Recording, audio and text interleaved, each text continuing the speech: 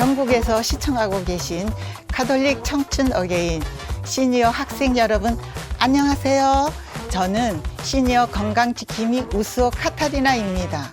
오늘은 여러분과 함께 우리 몸속에 있는 기혈들을 자극하여 혈액순환이 잘 되도록 하는 체조입니다. 빙고와 함께 여러분 다 같이 함께 해보실까요? 박수!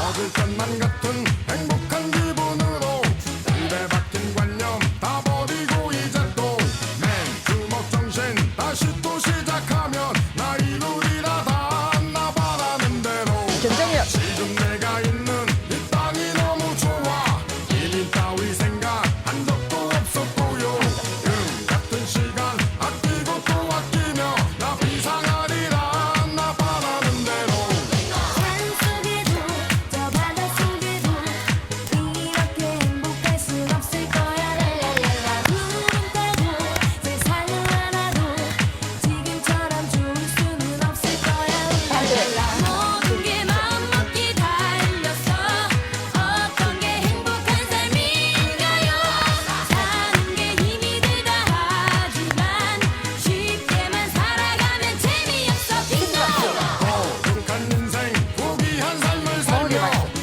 부끄럼없는 투명한 마음으로 이내 삶이 끝날 그 마지막 순간에 나 웃어보리라 나 바라는 대로 조금 더.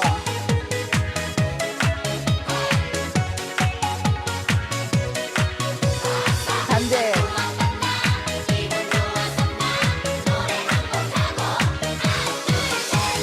하지 않도 모르는 또 앞만 보고 달리는 이 쉴 새 없는 인생은 언제나 젊을 수 없음을 알면서도 하루하루 지나가고 또 느끼면서 매일매일 밀어가고 그래서 해보고 싶은 가보고 싶은 것에 단 아무도 못 가는 이 청춘 산 속에도 저 바다 속에도 이렇게 행복할 순 없을 거야 랄랄랄라 구름 타고 세상을 알아도 지금처럼 좋을 수는 없을 거야 랄랄랄라 모든 게 마음먹기 달렸어 어떤 게 행복한 삶인가요 사는 게 힘이 들다 하지만 쉽게만 살아가면 재미없어 빙고 이해할 수 없다면 즐겨봐요 힘들다 불평하지만 말고 사는 게 고생이라 하지만 쉽게만 살아가면 재미없어 빙고 독한 인생 고귀한 삶을 살며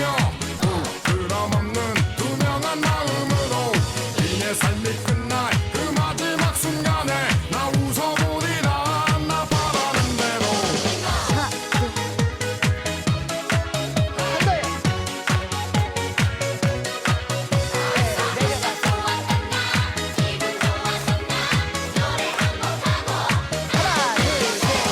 한 거요. 매일매일 이렇게 혈자리를 두들겨서 건강하시고 오늘도 활기찬 하루 보내시길 바랍니다. 다음 주에도 건강한 체조 저와 함께 해요.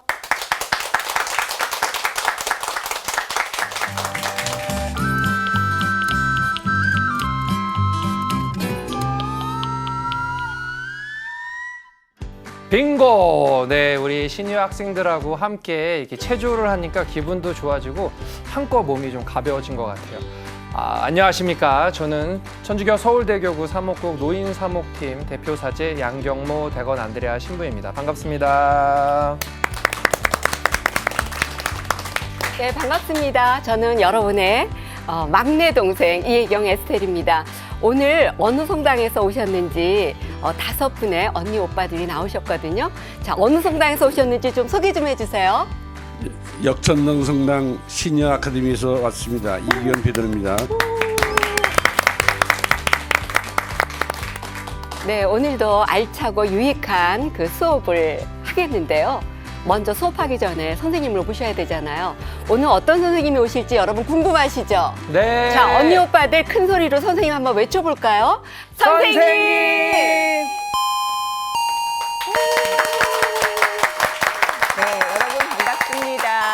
저는 한서대학교 보건상담복지학과에 있는 한정란 교수입니다. 오늘 이렇게 가톨릭 청춘 어게인에서 여러분들을 만나 뵙게 돼서 대단히 기쁘고요. 오늘 1시간 동안 한번 유익한 강의 할 수 있도록 노력해 보도록 하겠습니다.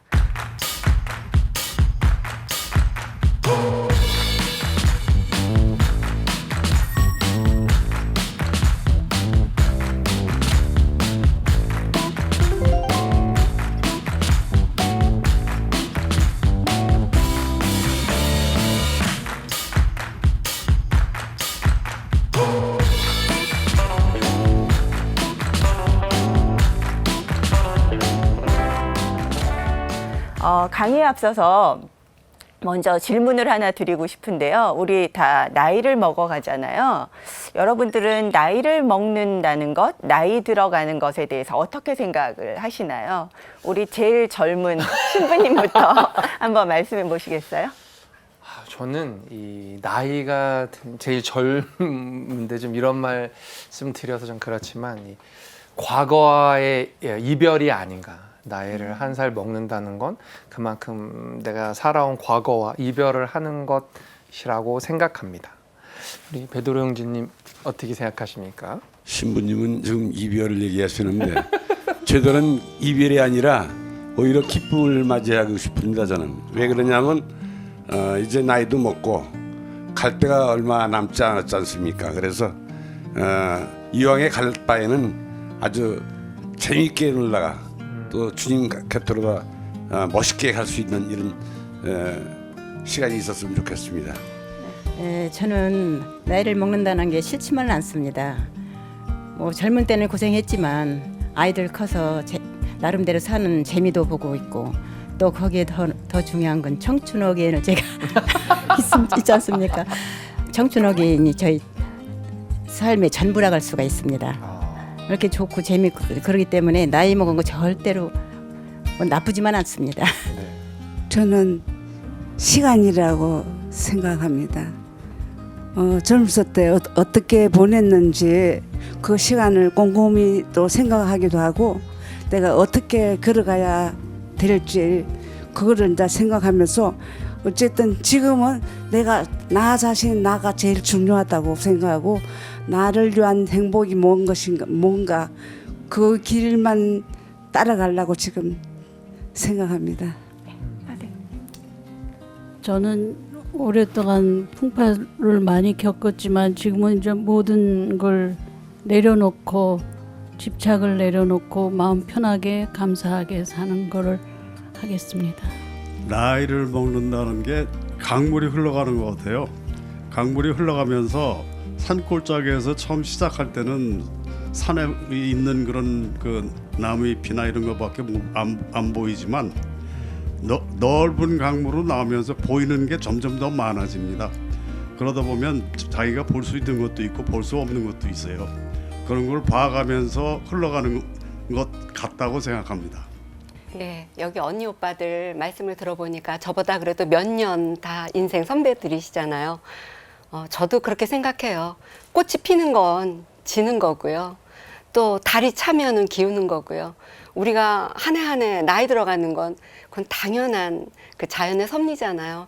그냥 그거 그대로 인정을 하면 되게 편하네요. 근데 안 늙으려고 늙고 싶지 않다는 마음이 들면 그때부터 굉장히 우울해지는 것 같아요. 그래서 나이 드는 게 이제는 굉장히 감사한 일이라고 생각하고요.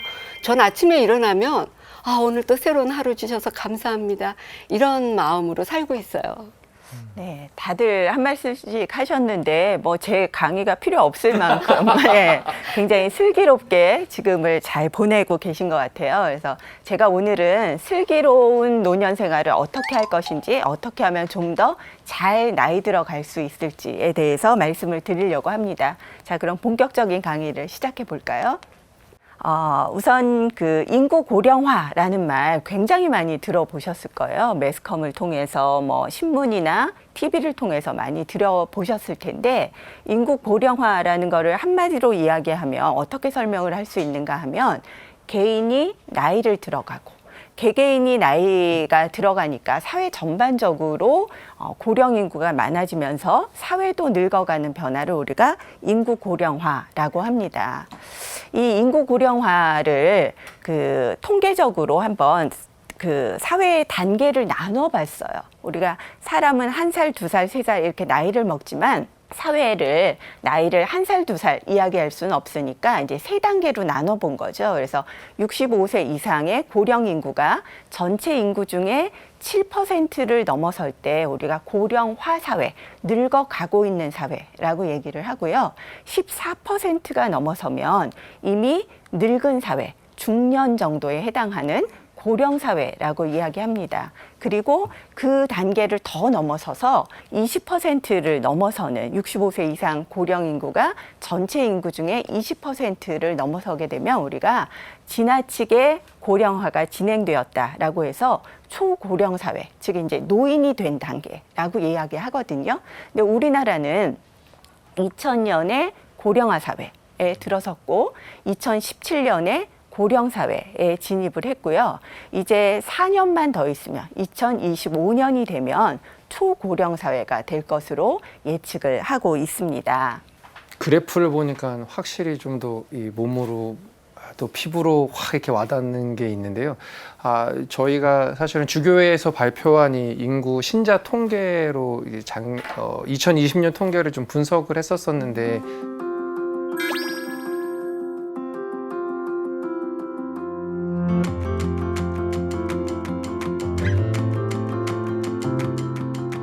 수원교구를 제외하고 한국의 전체 교구가 사실 초고령 교구, 요 방금 요걸로 대입을 하면 그렇게 됐는데 사실은 이 고령화는 이 저출산 문제랑은 또 뗄래야 뗄 수 없는 문제잖아요. 교수님 어떻게 생각하시는지요?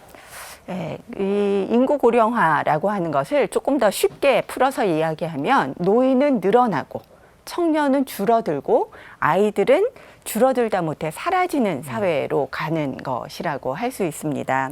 특히 이 그래프에서 보시는 것처럼 위에 있는 초록색 부분이 바로 노인 인구거든요. 65세 이상의 고령 인구인데 1970년부터 지금까지를 보면 점점 그 부분이 넓어지는 것을 보실 수 있을 거예요. 특히나 2050년경이 되면 거의 절반 가까이 초록색이 차지하는 것을 볼 수가 있죠. 중간에 있는 노란색 부분이 바로 생산 연령 인구라고 우리가 흔히 부르는 15세부터 64세까지의 인구인데요. 그 부분은 한 2017년 정도까지는 조금씩 늘어나다가 그 이후부터 빠르게 좁아지는 것을, 줄어드는 것을 볼 수가 있습니다. 그런가 하면은 이제 맨 아랫부분, 주황색 부분이 바로 아이들이죠. 유소년 인구, 14세. 이하의 인구인데 이 인구는 빠르게 점점 줄어들어서 2050년경이 되면 거의 바닥으로, 그렇죠? 굉장히 좁아지는 것을 알 수 있죠. 이러한 이제 인구 고령화라는 거는 노인은 점점 늘어나고 청년은 줄어들고 아이들은 사라지는, 아이들이 사라진다는 거는 결국은 이제 미래에는 청년도 사라질 수 있다라는 이야기가 되는 거죠. 굉장히 심각한 문제입니다. 그러면 이런 인구 고령화는 왜 일어나느냐? 2가지 원인인데요. 우선 첫 번째는 저출산입니다. 특히 우리나라는 이 저출산 문제가 굉장히 심각하죠. 그래서 제가 이제 그래프를 하나 준비를 했는데 2012년 정도를 기준으로 해서 보면 우리나라 여성 한 명의 여성이 평생 동안 몇 명의 아이를 낳느냐 하는 것을 좀 어려운 말로 우리가 합계 출산율이라고 부르거든요. 그 합계 출산율이 1.3명이었습니다. 그런데 여기서 끝이 아니라 점점 더 저출산이 돼서 2019년이 마지막 통계인데, 최근 통계인데 0.92명으로 줄었습니다. 즉 여성 한 명과 남성 한 명이 만나서 가정을 이루어서 2명도 아니고 1명도 채 안 되는 숫자를 낳는다는 거죠. 그러면 인구가 반으로 줄고 반으로 줄고, 그렇죠? 그래서 지금의 인구 수준을 그대로 유지하려면 우리가 최소한 2명이 아니라 실은 2.1명을 낳아야 되거든요. 이게 이제 대체 출산율이라고 하는 건데요. 지금의 인구 수준을 그대로 이렇게 바꿀 수 있는, 그대로 유지할 수 있는 것을 대체 출산율이라고 하는데, 그 대체 출산율의 절반도 안 되는 출산율을 가지고 있다. 그러니까 이렇게 공급이 안 되니까 계속 청년층이 줄어들 수밖에 없는, 그래서 인구 고령화가 더 심각해지는 현상을 나타내고 있습니다. 근데 교수님, 제가 이제 그 갓 신혼 때 예. 예, 아들 딸 뭐 가리지 말고 둘만 낳아 잘 기르자 이런 표가 있었잖아요. 저도 그래서 둘 낳아서 잘 길렀거든요. 근데 제가 뉴스에서 보니까 그 인구 쇼크라는 얘기를 하더라고요. 말씀하셨듯이 고령 인구는 자꾸 늘어나고, 예, 출산 인구는 자꾸 줄어들잖아요, 지금. 그럼 어떻게 좀 좋은 방법이 있어야 되는데 어떻게 하면 좋을까요? 예, 참 어려운 문제인데요. 네. 사실은 방법이 없습니다. 예. 우리가 정말 구국의 심정으로 열심히 출산을 하지 않는 한 방법을 찾기는 어렵다고 생각을 하고요. 이렇게 이제 저출산도 문제이지만 또 하나의 문제는 수명이 점점 길어지면서 고령 인구가 늘고 있다라는 거죠. 그런데 이것은 어떻게 보면 문제일 수 있지만 또 다시 생각하면 고령 사회가 되면서 주는 여러 가지 또 기회들이 있거든요. 그래서 우리가 그런 부분을 좀 주목해서 볼 필요가 있고요.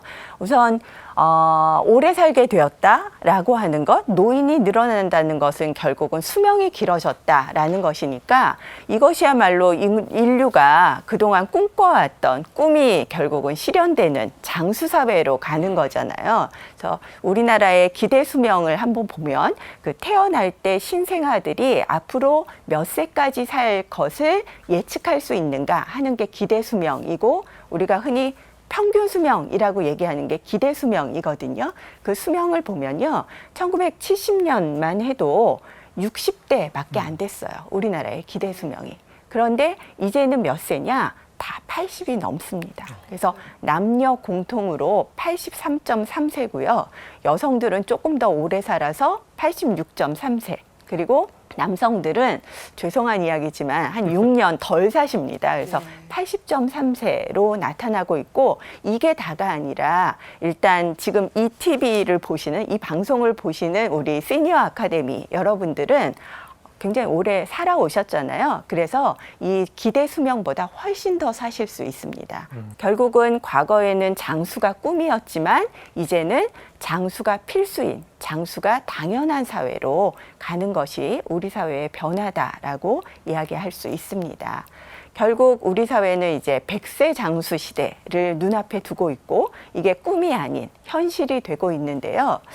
사실 100세 장수 시대가 된다, 굉장히 반가운 이야기지만 100세를 내가 살면 청춘이 늘어나느냐, 내 20대가 10년이 아니라 20년이 되고 내 30대가 10년이 아니라 15년, 16년이 되느냐 하면은 그건 아니죠.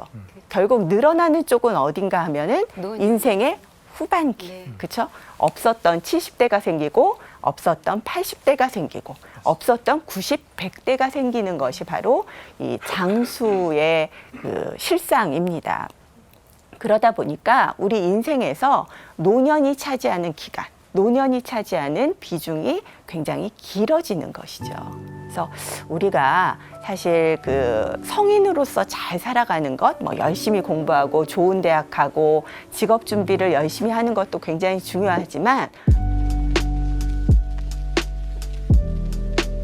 노년에 잘 대비하는 것, 노년을 어떻게 슬기롭고 지혜롭게 살 것인가를 고민하고 노력하고 준비하는 것이 그래서 굉장히 중요하다라고 말씀드릴 수가 있습니다. 교수님, 저는요, 뭐 나이 먹는 건 어쩔 수 없다고 치고 이 늙음에 대해서, 몸이 불편해지는 거에 대해서 어떤 그 우리가 편안하게 받아들이고 좀 더 그 노후의 생활을 즐겁게 할 수 있는 그 방법이 있을 것 같은데, 지금부터 그 방법을 알면 좋을 것 같아요. 네. 저도 처음에 이제 노년학을 공부할 때는 제가 20대에 시작을 했거든요. 그래서 저는 안 늙을 줄 알았어요. 그래서 글로 노화를 배웠습니다. 네. 그런데 이제 제가 60을 거의 바라보는 나이가 되면서 이게 제 몸으로 막 체화가 돼요. 그래서 제 몸이 증거가 되는 그런 이제 노화를 경험하고 있는데요. 우리가 노화라는 것이 나 혼자만 겪는 변화가 아니고, 그리고 하느님께서 우리 인간에게 만들어 놓은 섭리시기 때문에 사실 노화의 특징을 조금 알면은 좀 더 편하게 또 즐겁게 나이 들어갈 수 있지 않을까 생각을 합니다.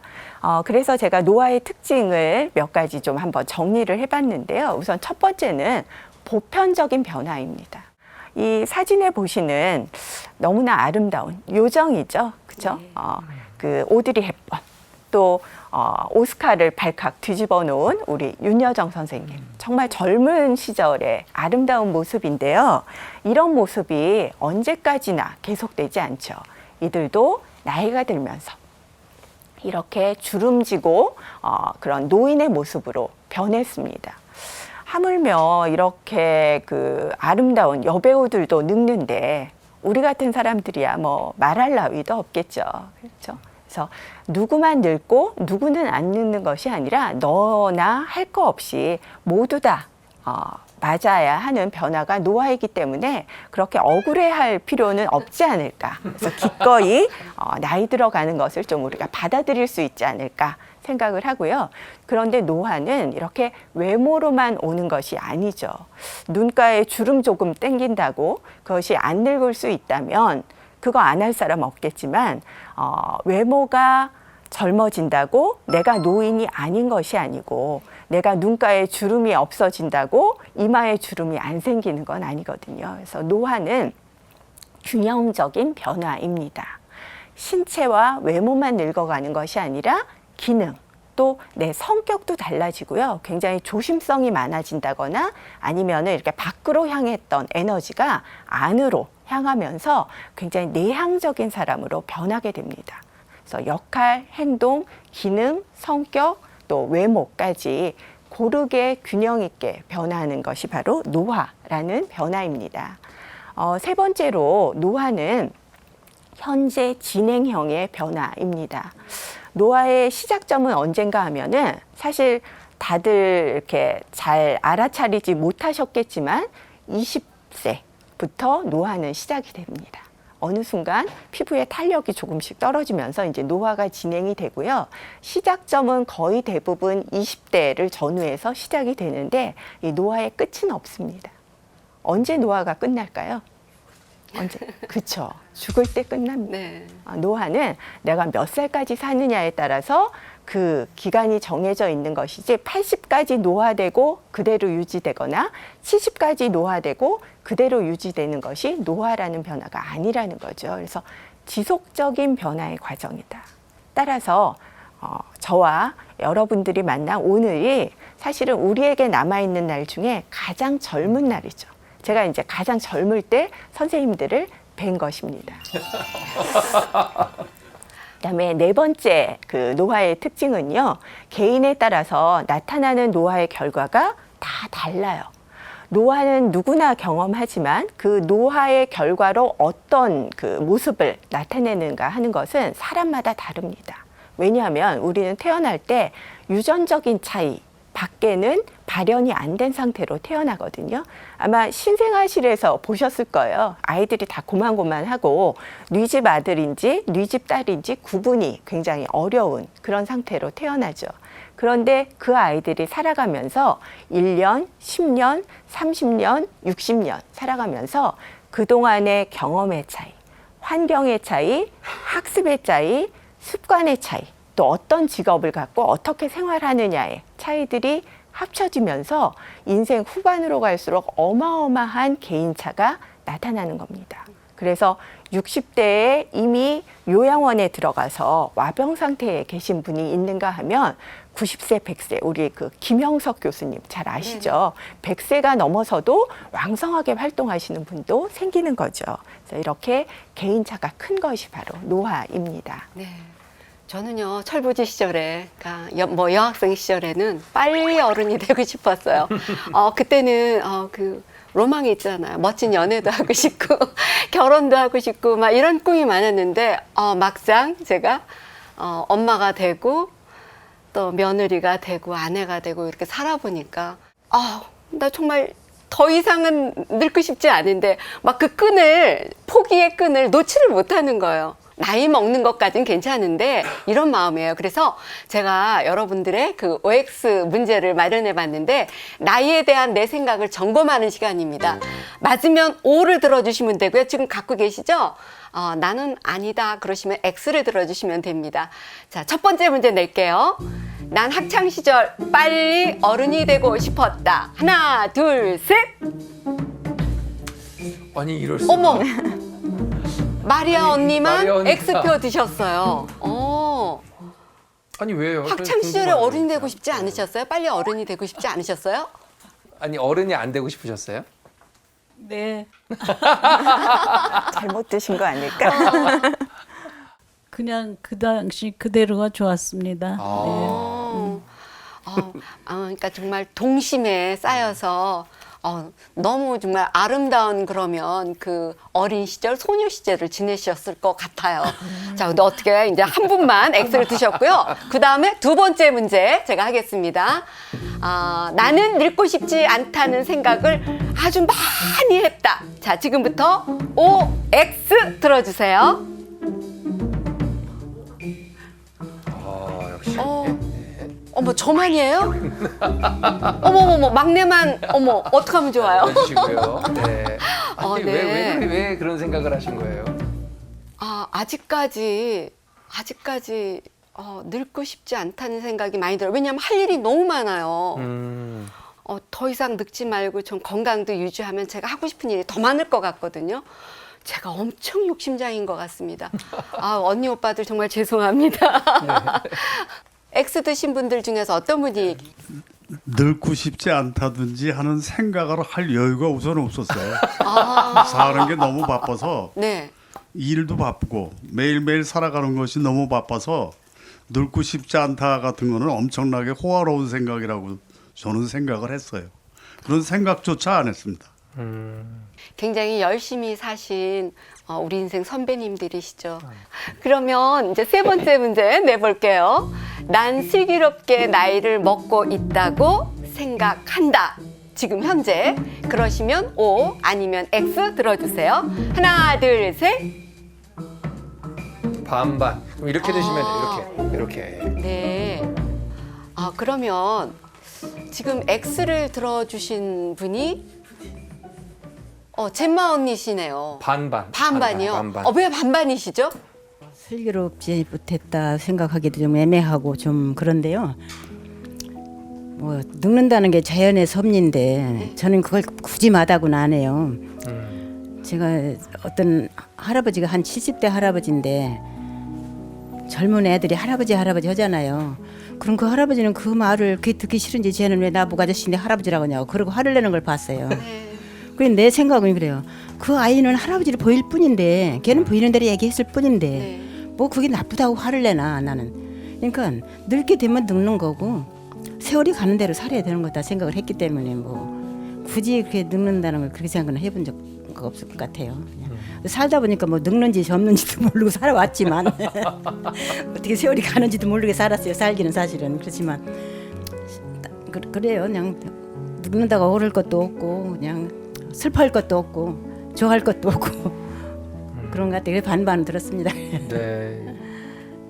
네, 지금 많은 분들이 뭐 어릴 때는 굉장히 어른이 빨리 되고 싶었고 그리고 이제 여기 계신 분들은 뭐 나이 드는 게 그렇게 나쁘지는 않다라고 대답을 주셨지만 아마 이 방송을 보시는 많은 분들은 어릴 때는 분명히 빨리 자라서 어른이 되고 싶었지만 나이가 들면서 이제 더 이상은 늙고 싶지 않다. 특히 외모적인 면에서는 늙고 싶지 않다라는 이야기를 많이 할 것 같아요. 그런 생각을. 근데 우리가 노화는 피할 수가 없죠. 그렇죠? 그래서 어떻게 이 피할 수 없는 노화를 좀 더 잘 맞이할 수 있을까 하는 고민과 생각들을 좀 나눠보는 시간이 필요할 것 같습니다.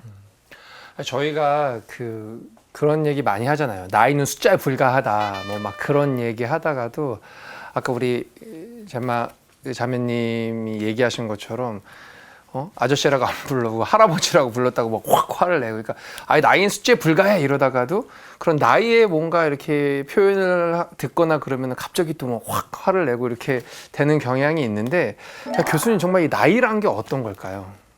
나이의 값어치를 또 올릴 수가 있는지 그런 것도 참 궁금해요. 네, 우리가 올해는 살고 싶은데 늙고 싶지는 않다. 그러면서 과연 나는 그럼 몇 살까지 살까? 뭐 이런 아마 궁금증 한 번쯤은 가져보셨을 것 같아요. 몇 살까지 살지 혹시 해답을 갖고 계세요? 너무 오래 살까 봐 걱정. 근데 이거는 뭐 거부할 수 없는 아마 현실이실 겁니다. 오래 사실 수밖에 없는 지금 사회고요. 저는 그래서 굉장히 궁금해서 제가 한번 계산을 해봤어요. 인터넷에 들어가면 기대 수명 자동 계산기라는 것들이 있어요.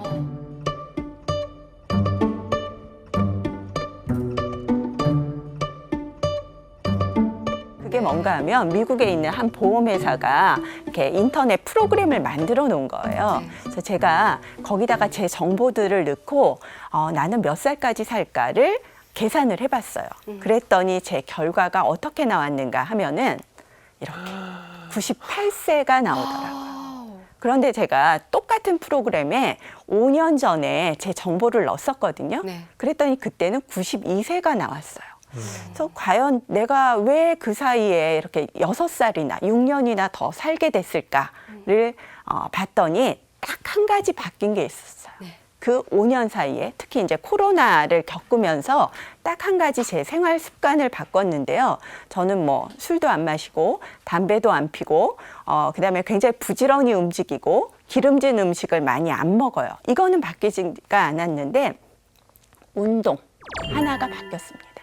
뭐 거창한 운동을 하는 게 아니라 제가 매일 아침 스트레칭을 하고 간단하게 스쿼트로 근육 운동을 하고 이거를 이제 실천한 지가 거의 한 1년이 넘어가거든요. 그래서 그 정보 하나 바꿨더니 98세까지 살더라고요. 아마 여기 계신 모든 분들이 저 정도쯤은 충분히 살아야 하지 않을까. 그래서 우리가 지금은 뭐 특별히 내가 더 살고 싶다고 더 살 수 있거나 아니면은 나는 장수하고 싶지 않다. 나는 더 살고 싶지 않다라고 해서 단명할 수 있는 시대가 아닌 거죠. 그러면은 이 나이라는 게 뭐냐? 굉장히 궁금한데요. 우리나라 그 광고 역사상 아주 히트를 쳤던 광고 카피가 있습니다. 나이는 숫자에 불과하다. 한 통신사 광고였는데요. 대단한 그때 인기를 끌었던 광고였죠. 나이는 과연 숫자에 불과할까요? 나이는 숫자는 맞죠. 그런데 그냥 숫자가 아니라 특별한 숫자입니다. 나이라는 것이 어떤 특별한 숫자냐? 이것에 대해서 좀 한번 이야기해보고 싶은데요. 나이가 특별한 숫자라는 얘기는 처음 들어본 것 같아요. 괜히 마음에 그냥 칵 와서 이렇게 닿는 이야기인데 지금 아까 교수님 98세가 나왔잖아요.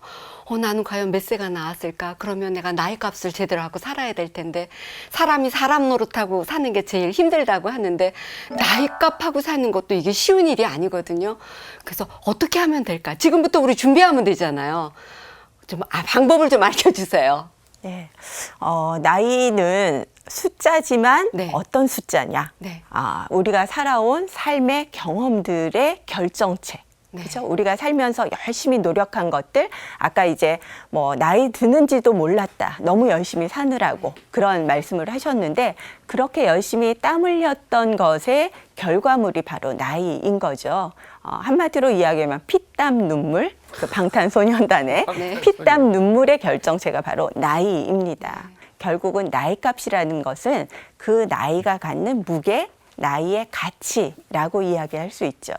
그래서 우리가 이 나이값을 내 나이값이 얼마나 될 것인가 하는 것을 정확히 알아야만 좀 그 나이값에 맞는 역할을 할 수 있지 않을까 이런 생각을 합니다. 교수님 설명을 자꾸 이렇게 듣다 보니까 이 슬기로운 노년 생활을 정말 하기 위해서는 내 나이의 값을 잘 해야겠다 뭐 이런 생각이 좀 드네요. 네, 그러면서 나이 값을 좀 올려야 되겠다라는 생각도 들고요. 사실 몰라서 그렇지 알면은 우리가 지금부터라도 부지런히 실천할 수 있잖아요. 앞으로 진짜 100세라고 생각하면 지금부터 시작해도 괜찮을 것 같아요. 네, 그렇죠. 그러면 우리 어떻게 하면 내 나이 값을 제대로 또 나이 값을 잘 할 수 있는지 하는 것에 대해서 한번 이야기해 보죠. 이게 이제 오늘 제 강의의 핵심인데요. 슬기로운 노년 생활의 핵심, 그건 바로 나이 값을 제대로 하기입니다. 우선 나이 값을 제대로 하려면 내 나이가 몇인지 알아야겠죠. 내 나이의 가치가 얼마인지를 정확히 알아야겠죠. 그래서 첫 번째는 내 나이의 가치를 정확히 알자입니다. 나이의 가치를 알려면 먼저 우리가 해야 할 것은 내 나이를 정확히 기억하는 건데요. 굉장히 이상하게도 어린아이들은 자기 나이를 잘 알아요. 길을 가다가 꼬마를 붙들고 몇 살이지? 라고 물어보면 그 아이는 1초도 망설임 없이 5살이요 라고 이야기합니다. 그런데 우리 어르신들한테 올해 연세가 어떻게 되셨나요? 라고 여쭤보면 그때부터 이제 계산을 하기 시작하죠. 내가 몇이더라. 내가 환갑 지난 지가 몇 년이 됐으니까, 뭐 칠순 지난 지가 몇 년이 됐으니까 라고 계산을 시작하거든요. 왜 그럴까요? 아이보다 뭐 계산 능력이 떨어져서 아니면 기억력이 떨어져서 그게 아니라 나이가 들면서 우리가 중년을 넘어가면요. 이 사람의 인지가 굉장히 신기하게도 남은 시간을 계산을 합니다. 1년, 2년, 3년, 4년, 10년, 20년, 30년 이렇게 계산을 하다가 이게 너무 숫자가 커지면 계산이 어려워지잖아요. 그래서 한 50즈음이 되면 계산이 거꾸로 가죠. 내가 몇 년 더 살 것인가. 그러면서 이 복잡한 계산인 내 나이를 까먹게 되는 거예요. 그래서 우리가 내 나이의 가치를 정확히 알려면 어떻게 해야 되냐?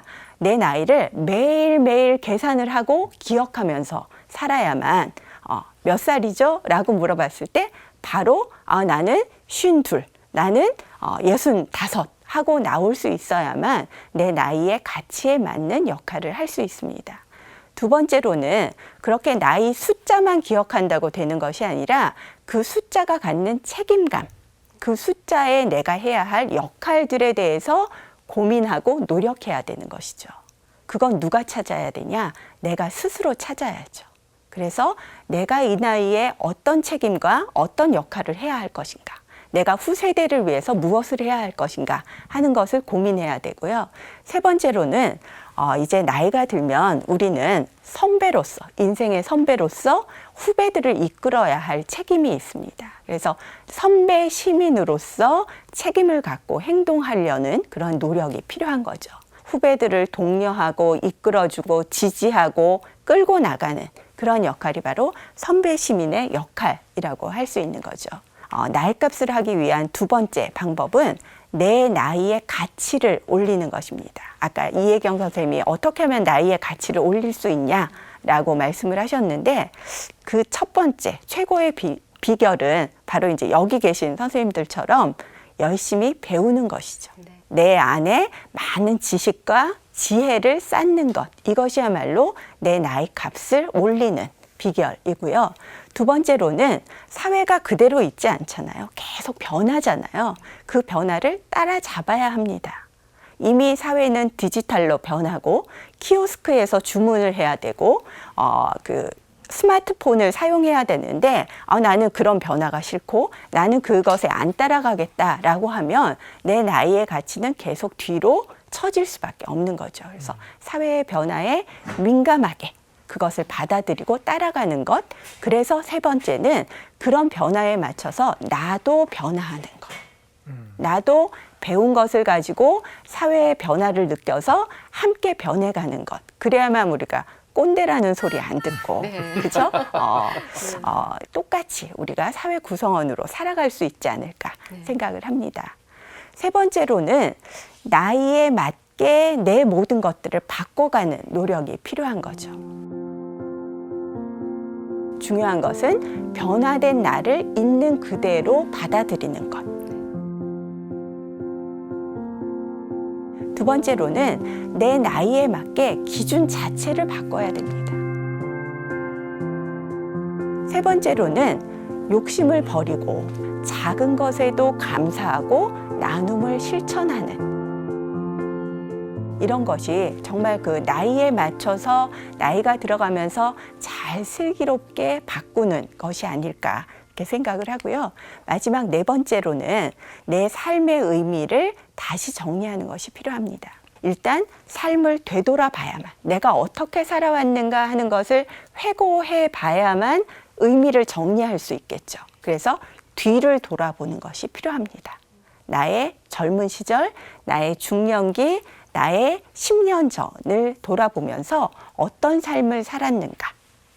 그런데 그게 그냥 단순히 돌아보는 게 아니라 두 번째로 그 돌아본 과거에서 찾은 나의 잘못, 나의 실패, 나의 실수들, 나의 과오들까지도 다 내 것으로 받아들이고 인정하는 것.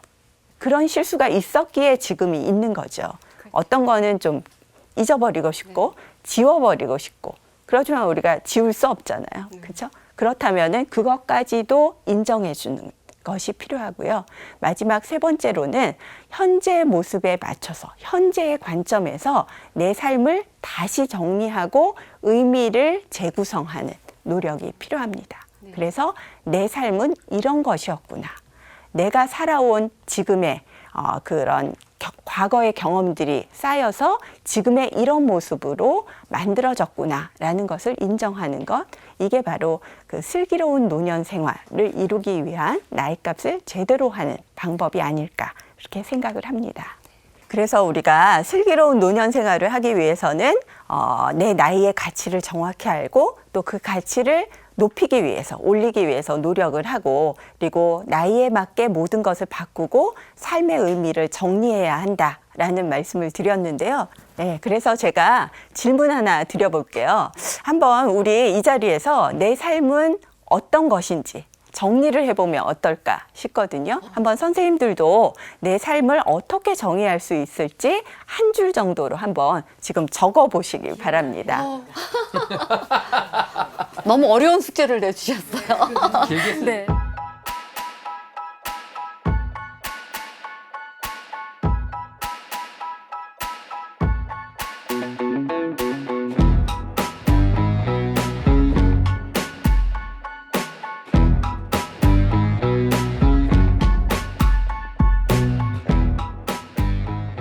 네, 다 쓰셨나요? 네. 그럼 저희 한번 들어볼까요? 네. 이렇게 한번 들어서 보여주실래요?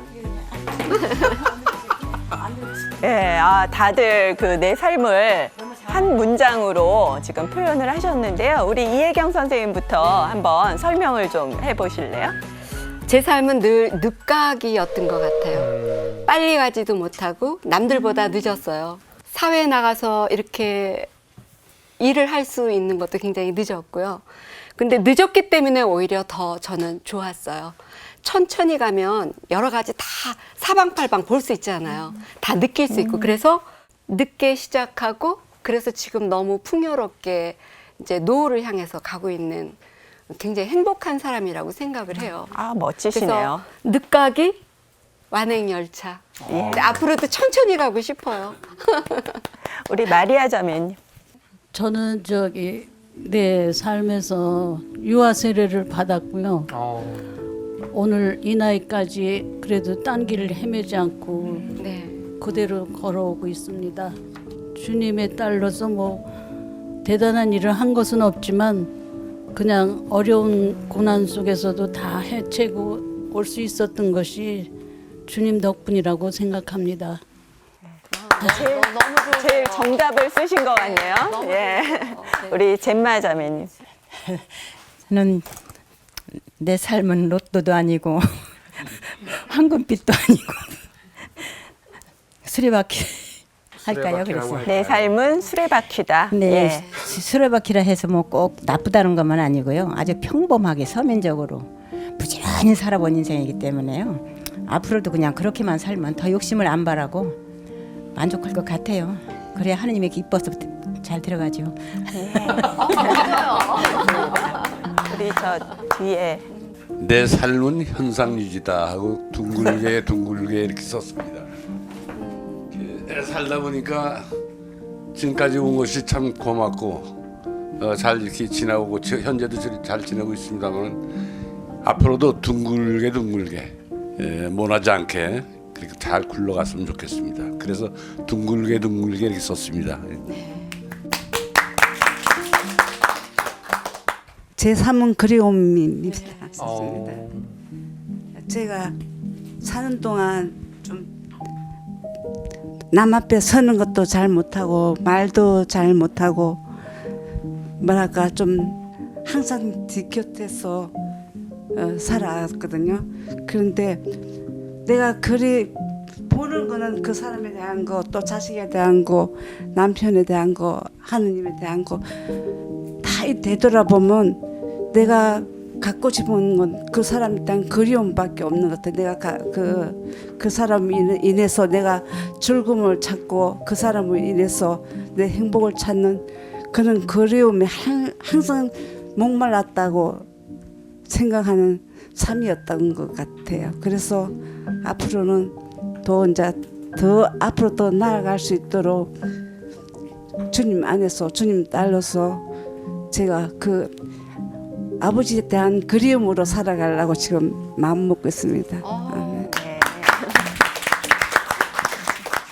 제 삶은 하느님이 주신 선물입니다 하고 썼습니다. 근데 지금 아무리 생각을 해도 제가 제 재주로 다 지금까지 살아온 것 같지는 않아요.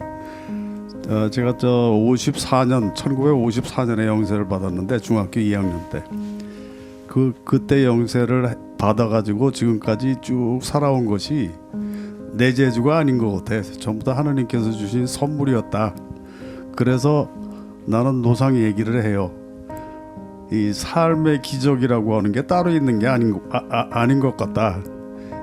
사람들이 살아가는 것이 자체가 기적이다. 이게 하나님이 주신 선물이다. 저는 이렇게 생각하고 살아왔습니다. 네, 그렇습니다.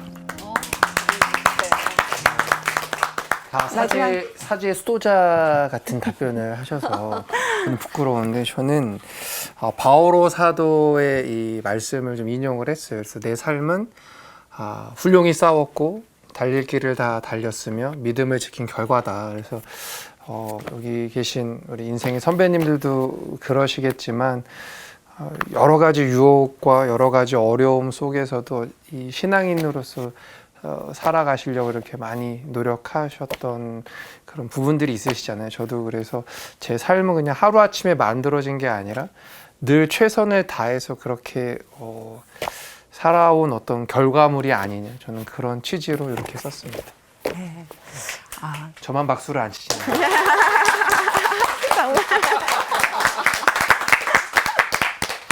네, 다들 정말 아주 현명한 대답들을 해주신 것 같아요. 오늘 이제 1시간 동안 우리가 슬기로운 노년 생활을 어떻게 하면 나의 값을 제대로 하면서 잘 살아낼 수 있을지에 대한 말씀을 드렸고요. 아마 이 자리에 계신 분들은 뭐 제가 말씀드린 것 그 이상으로 다 실천하면서 잘 살고 계시지 않을까. 또 이 자리에 오셨다는 것만으로도 충분히 슬기로운 노년 생활을 즐기고 계시다 하는 느낌을 받았습니다. 네, 그러면 제 강의 들으시면서 어떠셨는지 소감 한 말씀씩 해주시겠어요? 이혜경 선생님. 네. 사람을 보되 그 늙음악을 보라는 말이 있잖아요. 저도 이제 조금씩 나이 들어가면서 많은 고민이 있었는데 오늘 말씀을 듣고 보니까 그 나이 값에 대한 거를 제가 오늘 많이 마음에 심었어요. 그래서 저도 이렇게 도움이 됐는데 여기 나오신 우리 언니 오빠들도 오늘 굉장히 느끼신 게 많을 것 같아요. 저도 오늘 이 시간이 즐거웠지만 언니 오빠들은 또 어땠는지 인생 선배님들이시잖아요. 듣고 싶어요. 한 분 한 분. 네, 이렇게 나와서 좋은 말씀 듣고 감사합니다. 앞으로도 열심히 배울 거 배우고 또 생활에 도움이 될 많은 것들을 배우면서 살겠습니다. 강의를 듣고 훌륭하신 선생님 강의를 듣고 보니 제가 그동안 살아온 게 너무 잘 못 살은 것 같았습니다. 아유, 무슨 말씀이세요? 더 좀 잘했어야 되는데 하는 마음이 자꾸 들고요. 앞으로 남은 세월 얼마 안 남았지만 그래도 더 이걸 오늘 배운 걸 교훈 삼아서 더 열심히 노력하고 하나님을 열심히 믿고 잘 살겠습니다. 앞으로.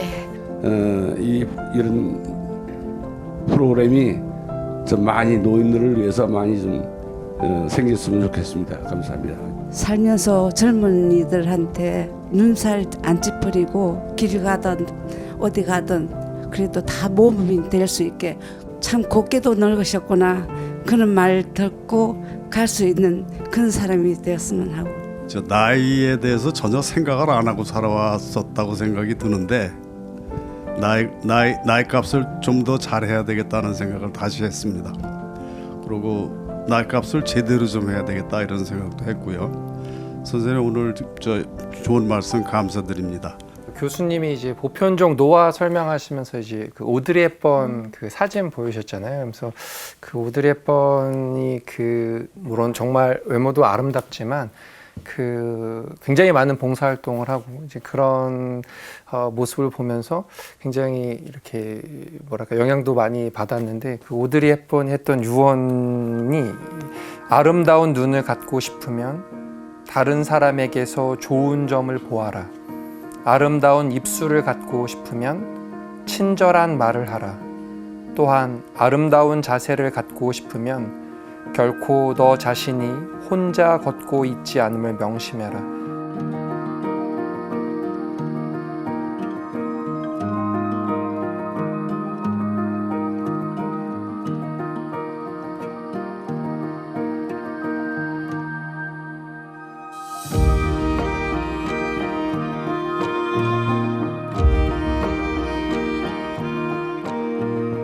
정말 아름다운 외모만큼 또 이렇게 봉사와 희생을 했던 이 오드리 헵번의 노년을 생각하면서 우리 가톨릭 청춘 어게인의 그 학생들도 이렇게 본인들이 할 수 있는 것들을 하면서 정말 슬기로운 노년 생활을 잘 하셨으면 좋겠습니다. 네. 모든 분들이 정말 그 강의를 열심히 잘 들으신 것 같아요. 네, 제가 말씀드린 것을 다 100% 이해하시고 또 이렇게 본인의 삶에 녹여내신 것 같아서요. 굉장히 뿌듯하게 생각하고 저도 정말 좋은 시간이었습니다. 즐거운 강의였고요. 오늘 이 방송을 보시는 그 시청자분들도 한번 제가 숙제를 좀 내드리고 싶은데요. 내 삶을 한마디로, 한 줄로 표현을 한다면 어떻게 표현을 하고 싶은지 한번 써보시고요. 또 그 쓴 내용을 친구분들과 또 가족들과 함께 나눠보시기를 바랍니다. 여러분들 부디 이 코로나 시대에 사실은 노인대학도 지금 못 나가시잖아요. 네. 한번 스스로 내 나이값에 대해서 좀 고민해 보시고 나이값을 실천할 수 있는 방법들이 무엇인지 생각해 보시는 그런 시간이 됐으면 좋겠습니다. 모두 다 슬기로운 노년 생활 이어가시기를 바랍니다. 감사합니다.